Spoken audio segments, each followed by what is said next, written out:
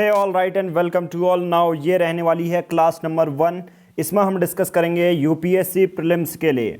UPSC prelims के लिए exclusive video है 2022-2023 के लिए। बहुत सारे बच्चे इन्वायरमेंट में कंफ्यूज हो जाते हैं, शंकर आईएएस से पढ़ने लग जाते हैं, उस पर समझ में नहीं आता। पर्टिकुलर बहुत सारे रैंडम यहाँ पर चीज़ें दी जाती हैं, बट पूरे जो नोट्स आप प्रिपेयर किए गए हैं वो आपके एनसीईआरटी के बेसिस पर भी है।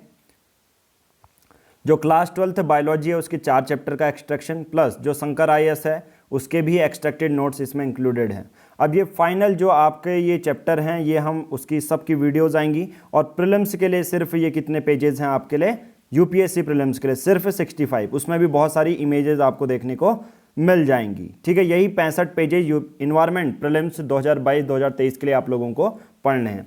ऐसा क्यों? क्योंकि ऑलरेडी जो यूपीएससी प्रीलिम्स सुपर 50 के बैच हमने दिया था उस पर ऑलरेडी सक्सेसफुल अटेम्प्ट हो चुका है। यही नोट्स बहुत ज़्यादा आपको हेल्प करेंगे प्रीलिम्स से पहले। अब क्या करोगे, जितने भी ये नोट्स होंगे ना, 65 पेजेस की बुक जो है ये प्रिंट करवा लोगे, प्लस उसके साथ साथ जो एडिशन होगा, आप शंकर आईएएस बहुत सारे बच्चे प्रिफर भी करते हैं, तो कोई टॉपिक आ रहा है तो उसमें ऐड कर लो बस।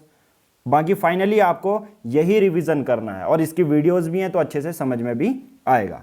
चलिए स्टार्ट करते हैं आज का डिस्कशन। तो क्लास 1 है यूपीएससी प्रीलिम्स, इन्वायरमेंट की बात कर रहा हूं 2022-2023 के लिए। बट उससे पहले हम देख लेते हैं सिलेबस। जनरली यूपीएससी प्रीलिम्स में और मेंस में क्या पूछा जाएगा इन्वायरमेंट की बुक में। देखिए, इन्वायरमेंट को जो सिलेबस है उसमें बहुत सारे छोटे छोटे टॉपिक आते हैं और उसी से क्वेश्चन फ्रेम होते हैं। एक बार ये आपने पढ़ लिए तो यूपीएससी का जो स्टैटिक पार्ट वाले क्वेश्चन है वो ईजिली कवर करके ले जाओगे। ठीक है, जैसे इन्वायरमेंट, इकोलॉजी, इसके बारे में डिस्कस करेंगे। इकोसिस्टम क्या होता है, डेफिनेशन क्या है, बायोटिक फैक्टर क्या है, अबायोटिक फैक्टर क्या है। बायोजियोकेमिकल साइकिल पूछी जाती है, blue carbon, sedimentary cycle, oxygen cycle, sulphur cycle, carbon cycle, ये पूछी जाएंगी आपसे। इकोसिस्टम कितने टाइप के होते हैं, तो ये हम सभी कवर करने वाले हैं। देखिए, एक फाइनल जो ये क्लास होने वाली है, इसके बाद यूपीएससी प्रीलिम्स इन्वायरमेंट के लिए और कोई चीज़ नहीं पढ़नी पड़ेगी आपको, राइट।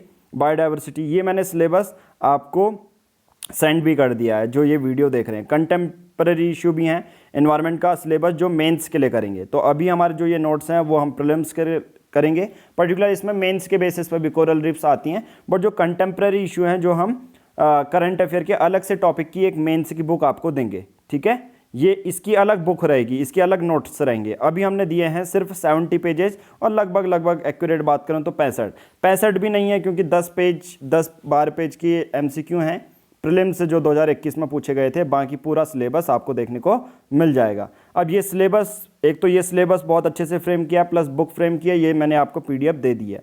अब ये आपको पीडीएफ मिलेगी कहाँ से, आप सबको पता है पीआर पब्लिकेशन का यूपीएससी प्रीलिम्स और मेंस के लिए गारंटेड 60 बैच चल रहा है, जिसमें ऑल ओवर इंडिया के बेसिस पे जितनी भी कोचिंग इंस्टीट्यूट हैं उसके बेसिस पे हमने सिर्फ प्राइस रखा है 2499 रुपीज़, अफोर्डेबल प्राइसेस। इसमें प्रीलिम्स प्लस मेंस के सभी नोट्स प्लस वीडियोस आपको दी जाएंगी, प्लस 13 महीने का करंट अफेयर पूरा करवाया जाएगा। इसकी प्राइस है सिर्फ 2499 रुपीज़, राइट। नाउ देखिए, ये है गारंटेड 60 बैच। जिस तरह से जो बच्चों को ऐड किया जाता है, एक व्हाट्सएप ग्रुप है गारंटेड 60 बैच का, जिसमें देखिए ये पीडीएफ की बात कर रहा हूँ। इन्वायरमेंट का सिलेबस भी मैं सेंड कर चुका हूँ आज, और जो ग्रीन बुक है इन्वायरमेंट की वो भी सेंड कर चुका हूँ यूपीएससी प्रीलिम्स की। ठीक है, हालांकि इसके जो वीडियो लेक्चर हैं आप लोगों को यूट्यूब में आप लोग देख रहे होंगे, बट इसकी जो पीडीएफ है एक्सक्लूसिव वो सिर्फ गारंटेड 60 बैच को ही मिलेगी। अगर आप गारंटेड 60 बैच ज्वाइन करते हैं तभी आपको इन्वायरमेंट के साथ साथ सभी प्रीलिम्स के एक्सक्लूसिव नोट्स, और आप सुपर 50 बैच देख सकते हैं। पिछले हमारे 88, हमने वैसे तो सुपर 50 सिर्फ 50 बच्चों पर फोकस करने वाले थे, पर हमने 88 का एनरोल करना पड़ा, तो उसमें से 17 का सिलेक्शन भी हुआ है। उसी के साथ साथ 13 मंथ का current affair forum IAS magazine या कोई भी विजन आईएएस मैगजीन से करेंगे। जनरली हम फॉरम आईएएस इस बार कवर करने वाले हैं। एंशिएंट हिस्ट्री की क्लासेस ऑलरेडी हो चुकी हैं, उसकी भी पीडीएफ, उसके भी नोट्स हैं। एंशिएंट हिस्ट्री तो प्रीलिम्स प्लस मेंस सभी आपको लिंक एक बार आपको ऐड किया जाएगा, तो आप इस पर ज्वाइन कर सकते हैं। But without moving further, Telegram application download करनी है, पीआर पब्लिकेशन सर्च करना है, इसको ज्वाइन कर लेना है। दूसरा, पीआर पब्लिकेशन की एप्लीकेशन के थ्रू भी, ऐसा नहीं है कि गूगल पे, फोन पे से, पीआर पब्लिकेशन की एप्लीकेशन के थ्रू भी आप क्या कर सकते हैं, पेमेंट कर सकते हैं सुपर गारंटेड 60 बैच की। ठीक है, हमारी जो बैच रहता है, हमारे 2 प्लान रहते हैं, एक होता है द हिंदू का, एक होता है गारंटेड 60 बैच। ये प्लान लेने के लिए बहुत सिंपल है, दिए गए नंबर पर गूगल पे फ़ोन पे करना है, जो भी पेमेंट करेंगे उसकी स्क्रीनशॉट सेम नंबर पर व्हाट्सएप हमें कर देनी है। और आप क्या कर सकते हैं, पीआर पब्लिकेशन एप्लीकेशन से गारंटेड 60 बैच, यहाँ से भी हमारी एप्लीकेशन के थ्रू आप इसे परचेज कर सकते हैं, ईयरली प्लान को परचेज कर सकते हैं। तो आपके पास बहुत सारे पेमेंट के मेथड हैं, आप गारंटेड 60 बैच से करें, ईयरली प्लान से करें, या डायरेक्टली गूगल पे फ़ोन पे करके भी आप कर सकते हैं अपनी पेमेंट। तो चलिए स्टार्ट करते हैं आज का टॉपिक बिना बात घुमाए, बिना टाइम वेस्ट करे। सबसे पहले बात आती है यूपीएससी प्रीलिम्स जो क्वेश्चन पेपर आया था, ठीक है। जनरली आप क्वेश्चन देखेंगे जो हमारे नोट्स हैं उसके बेसिस पर बहुत सिमिलर आपको देखने को मिलेंगे, क्योंकि एट द एंड हमें यार 60 से 70 क्वेश्चन सही करने पड़ते हैं, बाकी 40 क्वेश्चन तो किसी को भी नहीं आते हैं। हमें अपना बेसिक स्टैटिक पोर्शन स्ट्रॉन्ग बनाना है। जब आपका स्टैटिक पोर्शन इंपॉर्टेंट रहेगा, स्ट्रॉन्ग बनेगा, तभी आप करंट को समझ भी पाएंगे। देखिए ये बहुत सारे चीज़ें हैं जो इस बार के यूपीएससी प्रीलिम्स में पूछी गई 2021 के क्वेश्चंस हैं, ठीक है। अब आप ये क्वेश्चन तभी समझ पाओगे जब इन्वायरमेंट का आपको बेसिक पता होगा कि कुछ ऑर्गेनिज्म के टाइप दिए हैं, कोपिपोड्स, साइनोबैक्टीरिया, डाई एटम्स, फॉर्मिनिफेरा, ठीक है। तो ऐसे क्वेश्चन आपसे पूछे जाएंगे। तो क्वेश्चन है which of above are primary producer in food chain of ocean. अब प्राइमरी प्रोड्यूसर होते कौन है, अगर आप ये नहीं समझ पाए तो आप इस क्वेश्चन का आंसर नहीं कर पाएंगे। बहुत सारे बच्चे नहीं समझ पाते हैं इसको, ठीक है। तो बहुत सारा क्वेश्चन है, इसका आंसर हो जाएगा आपका साइनोबैक्टीरिया और डायटम। ये प्राइमरी प्रोड्यूसर होते हैं फूड चेन में। फूड चेन क्या है ये हम आगे आज की क्लास 1 में डिस्कस करने वाले हैं, और आप इसको फिर ये ईजिली आंसर कर पाओगे, ठीक है, ईजिली आंसर कर पाओगे। ऐसे बहुत सारे इस बार क्वेश्चन आए थे। न्यूयॉर्क डिक्लेरेशन, ये आप करंट अफेयर के बेसिस पे पूछा गया था, मैग्नेटाइट पार्टिकल से हैं। तो ऐसे ही क्वेश्चन है, फिल्टर फीडर कौन है इनमें से, ठीक है। ये देखो नाइट्रोजन कार्बन साइकिल के बेसिस पर क्वेश्चन आया है कि in the case of which of the following biogeochemical cycles the weathering of rocks is the main source of release of nutrient to enter the cycle. Weathering of rocks का होना जरूरी है अगर उस पर्टिकुलर को साइकिल में होता है ना। जैसे मैं कहूँगा कार्बन कैसे ऐड होता है, तो आप कहोगे यार सर ट्रक का टायर जला दो, कंबशन के थ्रू कार्बन एटमॉस्फेयर में आ जाएगा। ये तो हो जाएगा ना साइकिल में एंटर करना, कार्बन कैसे एंटर किया। तो वही चीज़ यहाँ पर देखने को मिली है कि यहाँ पर डायरेक्टली पूछा जा रहा है। अब ये आप तभी समझ पाओगे जब कार्बन साइकिल अच्छी होगी। बहुत बार बच्चे कहते हैं सर शंकर आयस इस बुक से पढ़ना है, ऐसा कुछ नहीं है पर्टिकुलर, ठीक है। अब ये नोट्स प्रिपेयर कर दिए हैं, ये नोट्स के बेसिस पर आप पूरा इजीली आंसर कर पाओगे। नाउ क्वेश्चन है कि वेदरिंग ऑफ जो रॉक्स है वो मेन सोर्स किस चीज़ का है, मतलब वेदरिंग ऑफ रॉक्स होनी चाहिए। वेदरिंग ऑफ रॉक्स का मतलब उसमें टेम्परेचर का इम्पैक्ट पड़े, बारिश का इम्पैक्ट पड़े, फिर वो पत्थर टूटे, पत्थर टूटेंगे तो उससे सल्फर या फॉस्फोरस कुछ भी निकल सकता है। बट यहाँ पर कि अगर मैं बात करूँ पर्टिकुलर, तो ये कौन सा है, फॉस्फोरस की बात की जा रही है कि फॉस्फोरस का एडिशन होना चाहिए या फॉस्फोरस साइकिल में एडिशन होगा तो weathering of rocks particular necessary है। अब आपके सर ऐसे कैसे, अब मैं आपको देखो नोट्स दिखाता हूँ, ठीक है। न्यूट्रिएंट साइकिल में ये आपको नोट्स देखने को मिल जाएंगे। देखो ये है नोट्स फॉस्फोरस साइकिल के। अब ऐसा है कि ये 2021 में पूछा गया था, बट ये नोट्स मैं ऑलरेडी बता चुका हूँ गारंटीड। ये सुपर 50 बैच के बेसिस पे हम प्रिपेयर करे जा रहे थे 2020 से। फॉस्फोरस साइकिल देखोगे और कुछ नहीं है यार, आपको 2 से 3 क्या करने पड़ते हैं, बस स्टैटिक पोर्शन अपना स्ट्रॉन्ग बना लो। और वही स्ट्रॉन्ग बनाने के लिए हम आपको 5 जीएस के सब्जेक्ट इतने स्ट्रॉन्ग तरीके से, हम मतलब सिर्फ मैं की बात कर रहा हूँ, क्योंकि बहुत बार एक ये कॉन्सेप्ट लेके आने की बात कर रहा। पहले मैं सोच रहा था बहुत सारे टीचर को इंक्लूड करूं, बट सभी सब्जेक्ट एक ही पर्सन से पढ़ता है, ठीक है, सभी सब्जेक्ट को, तो बहुत ज़्यादा इजी रहता है, कंफर्ट उसके लिए रहता है, ठीक है। फॉस्फोरस एक एसेंशियल न्यूट्रिएंट है एनिमल्स के लिए और प्लांट्स के लिए, यहाँ पर ये सब चीज़ें लिखी गई हैं। बट देखो ओवर टाइम डायरेक्टली ये पॉइंट लिखा गया है, और यूपीएससी 2021 में डायरेक्टली ये पूछा गया है कि over time rain and weathering cause rocks to release phosphate ions and other mineral. देखो वेदरिंग ऑफ रॉक्स होना जरूरी है। अब यहाँ पर आपको ईजिली अभी समझ में नहीं आ रहा होगा क्योंकि इनिशियल पहली क्लास है, तो धीरे धीरे हम इसको समझेंगे।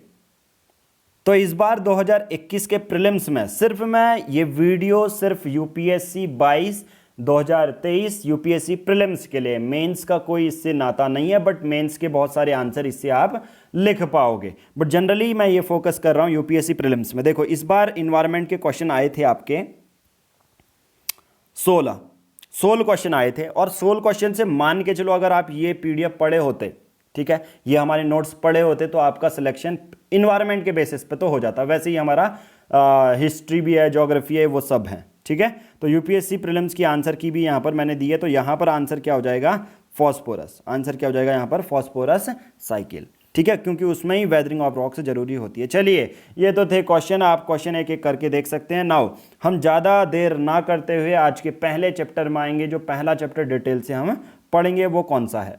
नाउ आज का जो पहला चैप्टर है क्लास नंबर 1, ये होगी इन्वायरमेंट एंड इकोलॉजी पे। हम इस पर्टिकुलर क्लास में समझेंगे इनिशियल से कि इन्वायरमेंट और इकोलॉजी क्या होती है, और ट्राई ये कीजिए इन पूरे चैप्टर्स को पढ़ने के बाद, एक बार ये क्लास हो जाती है इन्वायरमेंट की, फिर यूपीएससी प्रीलिम्स के क्वेश्चन सॉल्व करो आप। फिर जो जो चीज़ें होती हैं एडिशन में इन नोट्स में ऐड करो। वीडियो है, नोट्स हैं, आपको कुछ चीज़ की ज़रूरत नहीं है, बार बार इसको रिवाइज करो, ईजिली क्रैक हो जाएगा आपका UPSC prelims. Successful result video के डिस्क्रिप्शन में मैं दे दूंगा, हमारे इंटरव्यू आप देख सकते हो। सुपर 50 पहला ही बैच हुआ और 17 सिलेक्शन हमारे पीआर पब्लिकेशन से हुए। नाउ बात करते हैं इन्वायरमेंट। एनवायरनमेंट क्या है, और ज़्यादा देखो यूपीएससी प्रीलिम्स ये डिमांड करता है कि यार आपको ज़्यादा किसी चीज़ में घुसने की ज़रूरत नहीं है, आप बेसिक सा भी चीज़ें पता है ना आपको, क्वेश्चन सॉल्व कर ले जाओगे। तो मैं भी वही उतना ज़्यादा डीप में नहीं जाऊँगा, किसी की पीएचडी नहीं करनी है हमें, हमें करना है यूपीएससी 2022 प्रीलिम्स के एज पर डिमांड हमको कॉन्सेप्ट पढ़ने हैं और शॉर्ट में पढ़ने हैं। ऐसा नहीं कि यार बहुत ही अंदर घुस जाना है, ऐसा नहीं करना है। ठीक है, चलिए फिर बिना टाइम वेस्ट करे स्टार्ट करते हैं। सबसे पहले इन्वायरमेंट का मतलब क्या होता है, उसका मतलब होता है सराउंडिंग। आपके चारों का इन्वायरमेंट, अगर अबायोटिक फैक्टर के बेसिस पर हूँ तो आपको ठंडा लग रहा होगा, जैसे मुझे पर्टिकुलर, हालांकि मैंने हीटर जलाया है, बट अभी ठंडों के दिन है उत्तराखंड चंपावत में, तो उत्तराखंड चंपावत में तो ठंडों के दिन है भाई साहब, बहुत ठंडा हो रहा है, तो इन्वायरमेंट मेरा कैसा है, ठंडा है। ठीक है, आसपास थोड़े से पेड़ पौधे हैं तो आपको जानवर देखने को मिल जाएंगे, तो ये आपका इन्वायरमेंट है। मतलब आप जो चीज़ देख रहे हो, ठीक है, आपके माइंड में प्रोसेस हो रही है, जो डेली के बेसिस पे देख रहे हो, वही चीज़ आपका इन्वायरमेंट हो जाता है। अब इन्वायरमेंट आपका बायोटिक भी हो सकता है, यानी कि आप अपने अगल बगल पेड़ पौधे तो देख ही रहे हो, साथ साथ में एनिमल्स देख रहे हो। परसों की बात है, कुछ 10-15 दिन पहले यहाँ पर मंदिरों में क्या होता है, बहुत बड़ी पूजा होती है। ठीक है, अब क्या होता है, हमें दिख गया तेंदुआ, तो वो एक इन्वायरमेंट का हमारा फॉर्मेशन हो गई पर्टिकुलर। मेरे इन्वायरमेंट की फॉर्मेशन तेंदुए से हुई, आपके इन्वायरमेंट की फॉर्मेशन आपका कमरे में एसी चला है तो यार अबायोटिक फैक्टर हो गया। तो इन्वायरमेंट का मतलब और कुछ नहीं होता, बल्कि सराउंडिंग होती है, अपने चारों ओर की चीज़ें इन्वायरमेंट होती है। बट क्वेश्चन ये आएगा कि इन्वायरमेंट किससे बना है। आप अपने बस चारों ओर देख लो, कोई भी अबायोटिक फैक्टर है, अबायोटिक वही आपका इन्वायरमेंट है। बायोटिक में होंगी लिविंग, जो जीवित हैं, वस्तुएं हैं, प्लांट्स, एनिमल्स और डिकम्पोजर। डिकम्पोजर आप सबको पता है ना, अर्थवॉर्म हो गया, जो सड़े गले मीट मांस को खाते हैं, ये सब डिकम्पोजर्स होते हैं। अभी हम सब के एग्जाम्पल, इमेजेस सब डिटेल से देखेंगे। वही होता है अबायोटिक। अबायोटिक कौन होंगे, नॉन लिविंग होंगे, जैसे एनर्जी है, रेडिएशन है, सूरज से रेडिएशन आ रही है, टेम्परेचर आपका गर्म है या ठंडा है। तो ये सम है बायोटिक और अबायोटिक फैक्टर्स का, that surround and potentially influence an organism. और मुझे ये इन्फ्लुएंस कर रही है, मुझे ठंडा लग रहा है तो कहीं ना कहीं मेरे डेली के बेसिस पे इन्फ्लुएंसमेंट हो रहा है, मेरे में चेंजेस आ रहे हैं। समझ में आ गया। तो इन्वायरमेंट, तो हम पूरे सब्जेक्ट के बारे में जान चुके हैं। इन्वायरमेंट क्या है, environment is the sum of biotic and abiotic factor.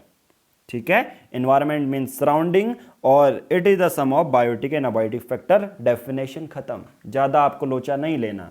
अब इसके थोड़ा सा और ज़्यादा जो सेक्शन पे जाएंगे जहाँ पर यूपीएससी प्रीलिम्स, अभी तो ये कोर कॉन्सेप्ट आपका धीरे धीरे क्रिएट हो रहा है, और यही एक बार स्टैटिक पोर्शन आपका बन गया ना, एक बार आपने पढ़ लिया, उसके बाद आपको कोई ज़रूरत नहीं है। ठीक है, नाउ और एक और चीज़ याद रखना, हैंड रिटन नोट्स बना रहे हो बना लेना, नहीं तो ये पीडीएफ की प्रिंट आउट करा लो, क्योंकि अभी का मेजर देखो, यूपीएससी प्रिपरेशन यार सब कर रहे हैं, सभी के पास एक तरीका है, उसके बाद नोट्स होंगे, वो पढ़ेगा, मेमोराइज करेगा, लिखेगा, तो सभी तरीका यही है। बट आप यूपीएससी एस्पिरेंट अलग कैसे बनोगे यार, उससे, उस पर्टिकुलर बंदे से अलग कैसे कर रहे हो।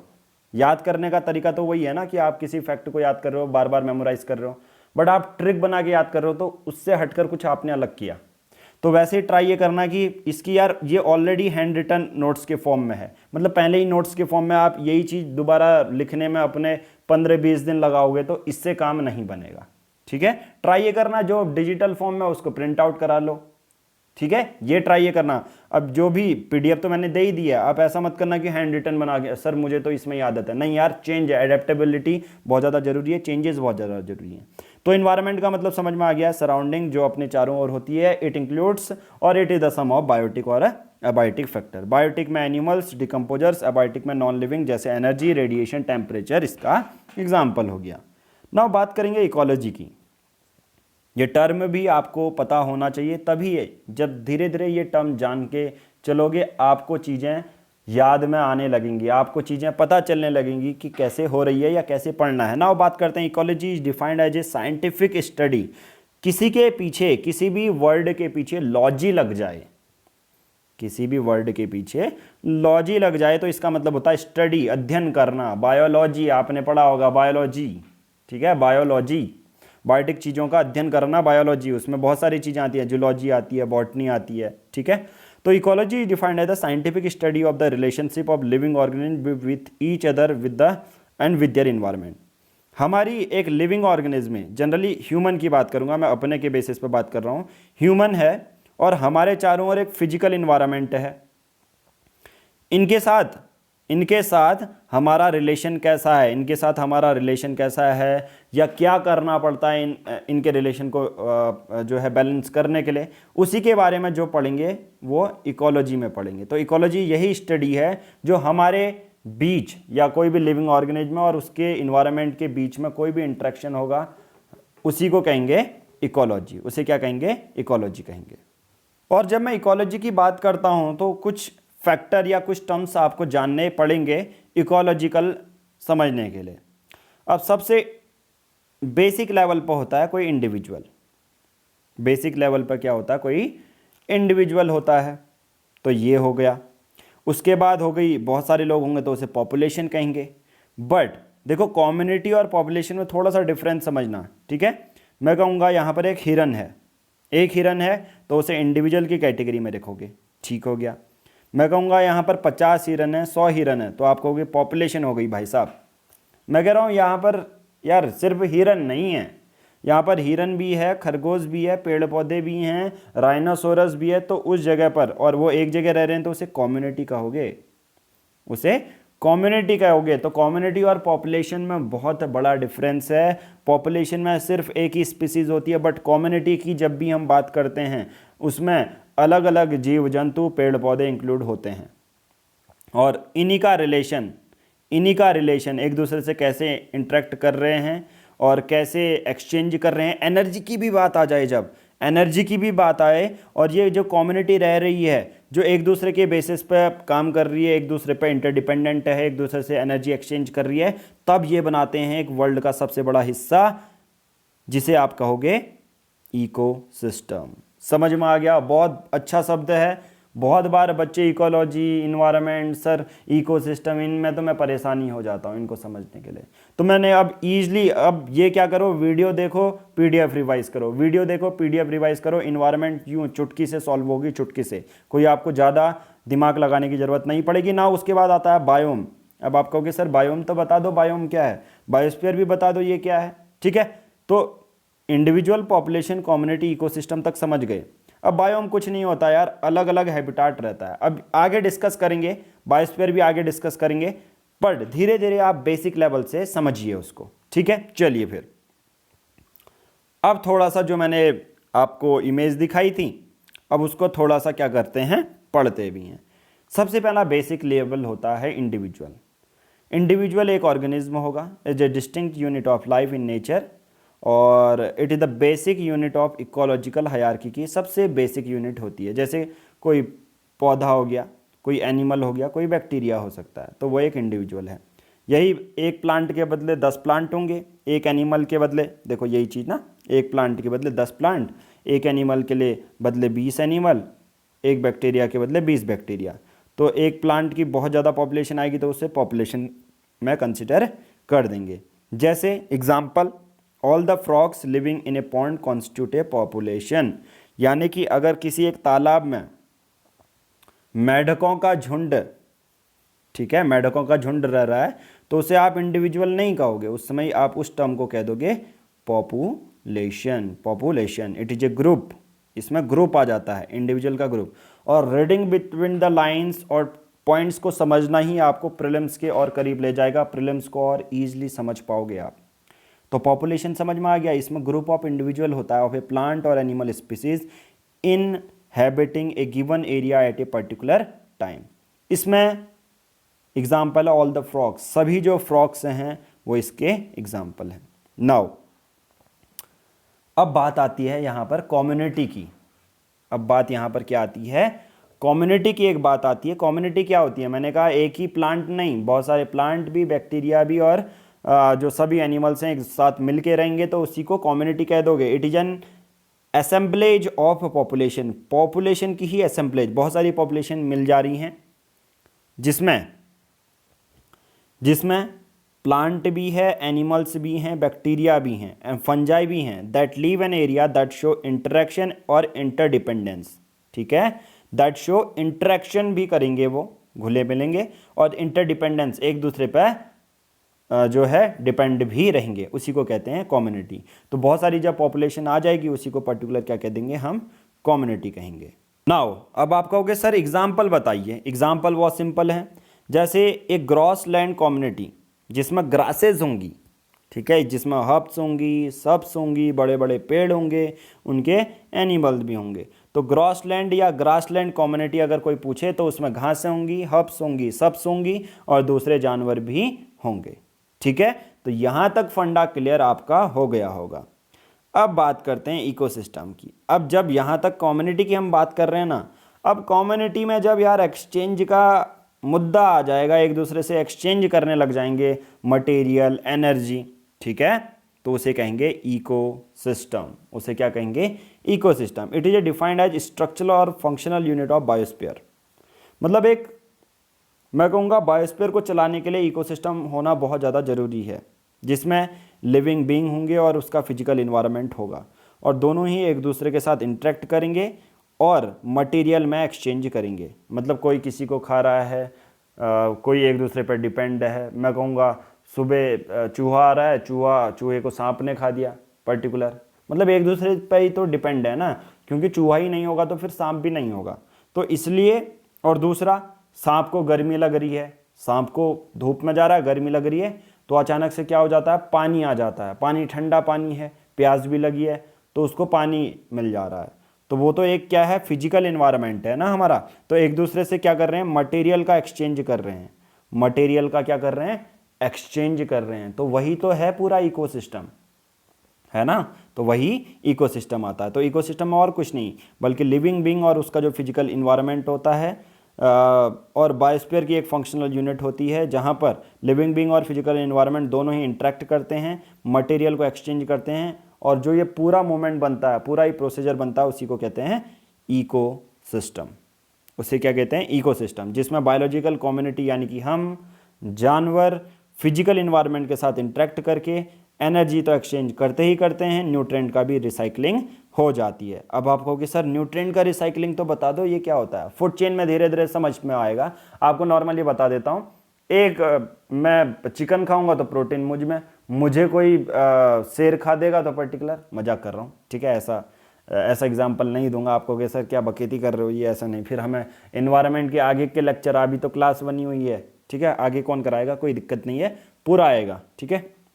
बट यार तेंदुआ दिखा मुझे, ठीक है, कुछ 15-20 दिन पहले तेंदुआ दिखा रात को, ठीक है, जंगल पे। हम थोड़ा सा दूर पे गए थे टेंपल पे, टेंपल का नाम है मल्लाड़ेश्वर, ठीक है, शिव जी का मंदिर है, वहाँ गए थे। तो वापस ही आने के समय में, ठीक है, तेंदुआ हमें देखने को मिला और सामने ही था पर्टिकुलर।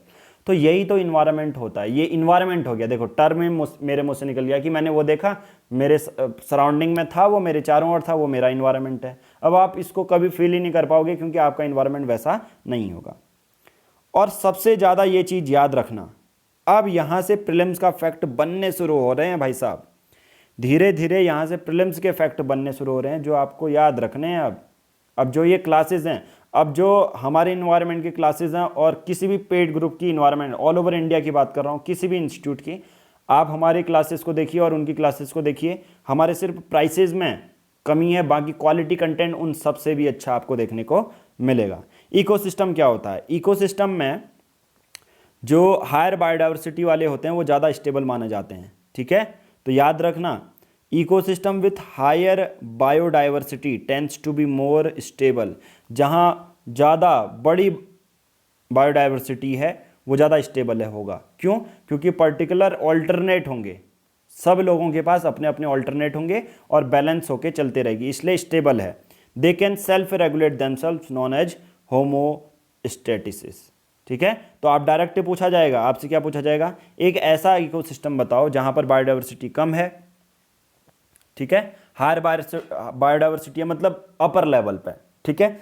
वो ज़्यादा स्टेबल माना जाएगा एज कंपेयर टू जहां पर बायोडाइवर्सिटी उतनी नहीं है, ठीक है? फिर आपने ये समझ लिया। अब आप चेक करने के लिए कि यार ये सर ने बताया कितना ज़्यादा इंपॉर्टेंट है, तो आप डायरेक्टली लिख सकते हो हायर, आप गूगल पर टाइप करो higher biodiversity leads to greater stability. अब ये हर एक लिंक में देखने को मिलेगा, हर एक स्टेट पीसीएस में, हर एक उस एग्ज़ाम में ये पूछा गया होगा कि जहाँ पर हायर बायोडाइवर्सिटी होगी या ग्रेटर बायोडाइवर्सिटी होगी। मैं कहूँगा एक ही पर्टिकुलर क्या होगा, प्लांट है, उसकी बहुत सारी वैरायटी हैं, किसी वैरायटी को ठंडा नहीं लग रहा, किसी वैरायटी को गर्म नहीं लग रहा, तो वो सर्वाइव कर रही हैं। तो ऐसी बायोडाइवर्सिटी, ऐसा इकोसिस्टम बहुत अच्छा होता है। तो ऐसा इकोसिस्टम जहां बायोडाइवर्सिटी बहुत ज़्यादा है, ग्रेटर बायोडाइवर्सिटी है, हायर बायोडाइवर्सिटी है, वो ज़्यादा स्टेबल माना जाएगा। दे कैन सेल्फ रेगुलेट देमसेल्व्स, अगर उनको ठंडा लग रहा है तो वो उसको अडेप्ट कर लेंगे, नॉन एज, इसी को क्या कहते हैं? होम्योस्टेसिस। होम्योस्टेसिस। आई थिंक अब आपको ये क्लियर हो चुका है, राइट? नाउ अब बात करेंगे हम इकोसिस्टम की। भाई साहब, इकोसिस्टम कितने टाइप के हो सकते हैं? पहला होता है हमारा नेचुरल इकोसिस्टम। नेचुरल में क्या आएगा? जंगल, मतलब एक होता है टेरेस्ट्रियल जिसमें लैंड वाली बात की जाएगी, जिसमें फॉरेस्ट है, ग्रासलैंड है, डेजर्ट है, ये हमारा क्या हो जाएगा? Natural ecosystem. एक्वाटिक वाला जिसमें फ्रेश वाटर होगा, मरीन होगा, फ्रेश वाटर और मरीन होगा। फ्रेश वाटर में कौन कौन से होंगे? जिसमें लेक आते हैं, पाउंड आते हैं, डिच, स्वैम्प आते हैं। मरीन इकोसिस्टम में क्या होंगे? रनिंग वाटर, बहता हुआ पानी, रिवर, स्प्रिंग, स्ट्रीम, ये सब क्या होगा? मरीन, ओशियन और सी वाला होगा, ठीक है? तो एक हमारा नेचुरल इकोसिस्टम जो पहले से बना है, टेरेस्ट्रियल में फॉरेस्ट, जंगल, जंगल एक इकोसिस्टम ही तो है ना?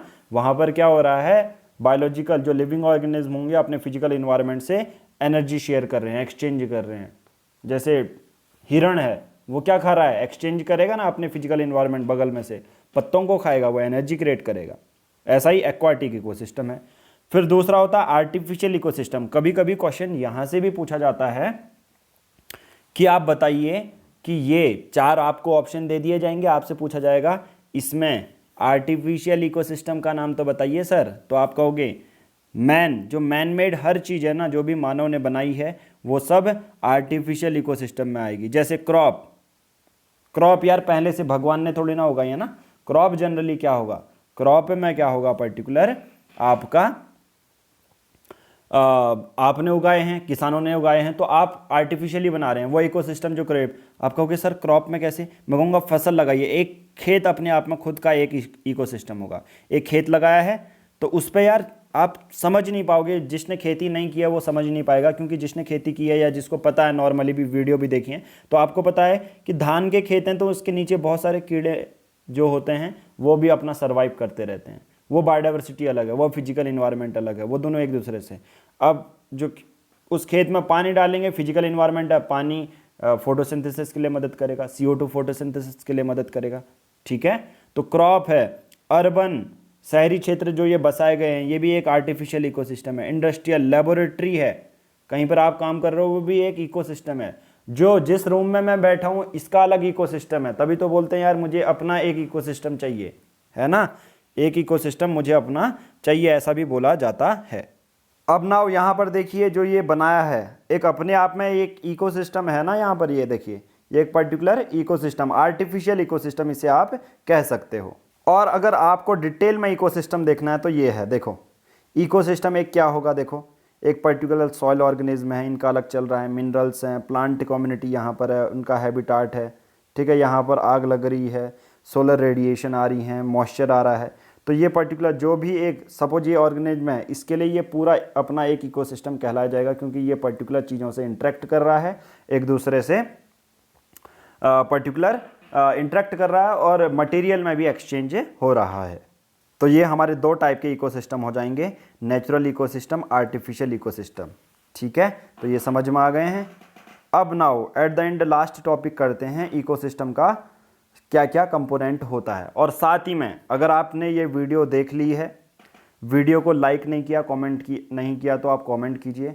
दूसरा, चैनल को आपने सब्सक्राइब नहीं किया तो यार चैनल को भी सब्सक्राइब कर लो, क्योंकि अब यहाँ पर बहुत सारा यूपीएससी का फ्री कंटेंट आपको मिलने वाला है। तो चैनल स्टे अपडेटेड रहिए, और ज़्यादा ही आपको बहुत ज़्यादा एक्सक्लूसिव गाइडेंस अफोर्डेबल प्राइसेस में। आप सबको पता है यूपीएससी की फ़ीस कितनी होती है, 2.5 लाख 3 लाख, वो हम सिर्फ 2499 रुपीज़ में आपको दे रहे हैं, वन टाइम आपका परचेज। आप कभी भी ये वीडियो देख रहे हैं तो गारंटीड 60 बैच लें, इसी सीक्वेंस वाइज मैनर में आपको नोट्स भी मिलेंगे, आपको सभी वीडियोज़ भी मिल जाएंगी, ठीक है। अब इकोसिस्टम के दो कंपोनेंट होते हैं। इकोसिस्टम का एक होता है अबायोटिक कंपोनेंट, एक होता है बायोटिक कंपोनेंट, ठीक है। इकोसिस्टम के दो कंपोनेंट होते हैं, एक होता है अबायोटिक कंपोनेंट, एक होता है बायोटिक कंपोनेंट। अबायोटिक मतलब क्या होता है, जनरली जहाँ पर जो मैं नॉन लिविंग थिंग्स से इसको कंपेयर करूँगा, तो इकोसिस्टम के कोई कंपोनेंट पूछे तो आप कहोगे दो ही हैं।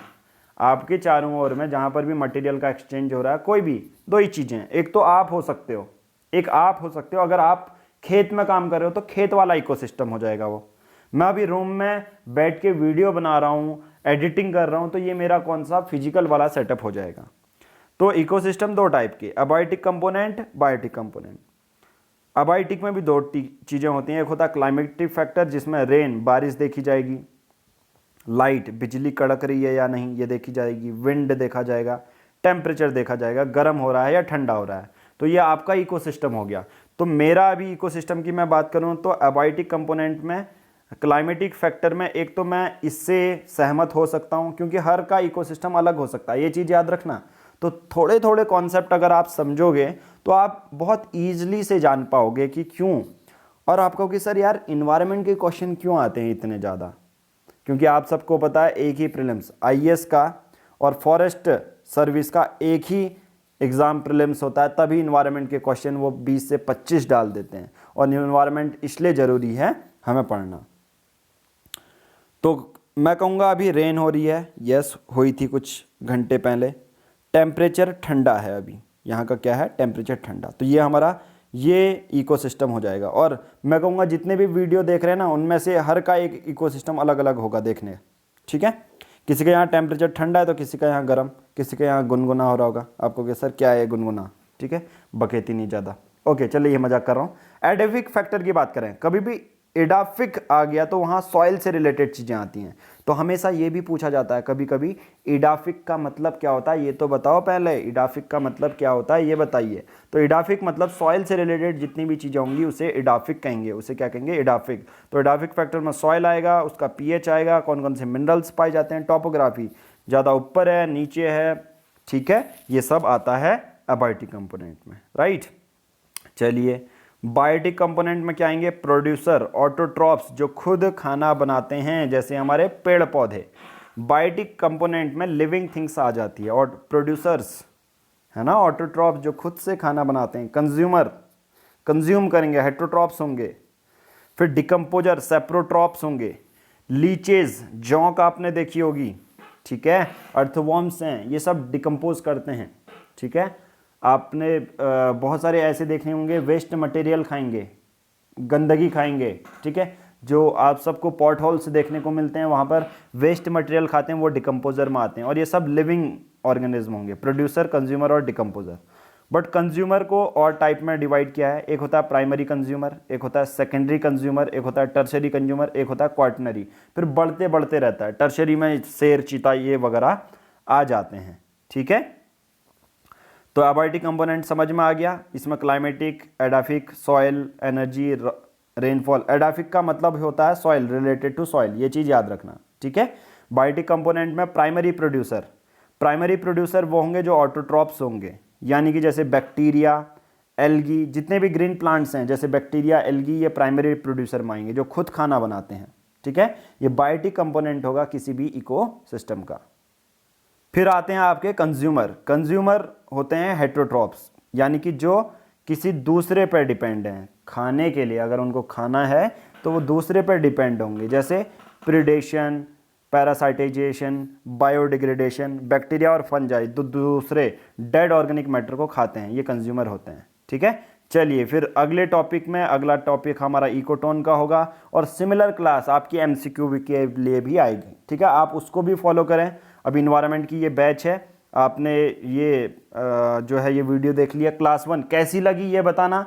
आपके लाइक बताएंगे पर्टिकुलर ये क्लास कैसी है। और ये वीडियो करीबन इसमें आज 500 लाइक तक पहुंचाइए। जितने लोग देख रहे हैं उतने लोग लाइक करो, ठीक है, क्योंकि बेस्ट क्वालिटी कंटेंट आपको दिया जा रहा है। यूपीएससी प्रीलिम्स इजीली सॉल्व हो जाएगा, प्लस जो पीसीएस के एग्जाम हैं आपके, पीसीएस के इजीली क्रैक हो जाएंगे, क्योंकि एमसीक्यू की सीरीज भी हम लाने वाले हैं। तो इसके साथ साथ इन्वायरमेंट की क्लास आएगी, एक साथ में एक एमसीक्यू की भी सीरीज आएगी। मतलब एक चैप्टर, एक क्लास एमसीक्यू की, एक क्लास थ्योरी, एक क्लास एमसीक्यू। इसके बेसिस पर आपका पूरा प्रिपेयर हो जाएगा और गारंटेड 60 बैच में वो एमसीक्यू आपको दे दिए जाएंगे। ठीक है, तो ज्वाइन करने के लिए क्या करना है, सीक्वेंस बेसिस पर हर एक चैप्टर आपको मिल जाएगा। पहले ही पूरी पीडीएफ मिल जाएगी। बहुत सारे बच्चे पहले भी पढ़ने का ट्राई करते हैं, तो वो आप पढ़ सकते हो। ठीक है, तो आपको क्या करना है, कुछ नहीं करना, 7505134891 इस नंबर पे गूगल पे या फ़ोन पे कर सकते हैं, 2499 रुपीज़।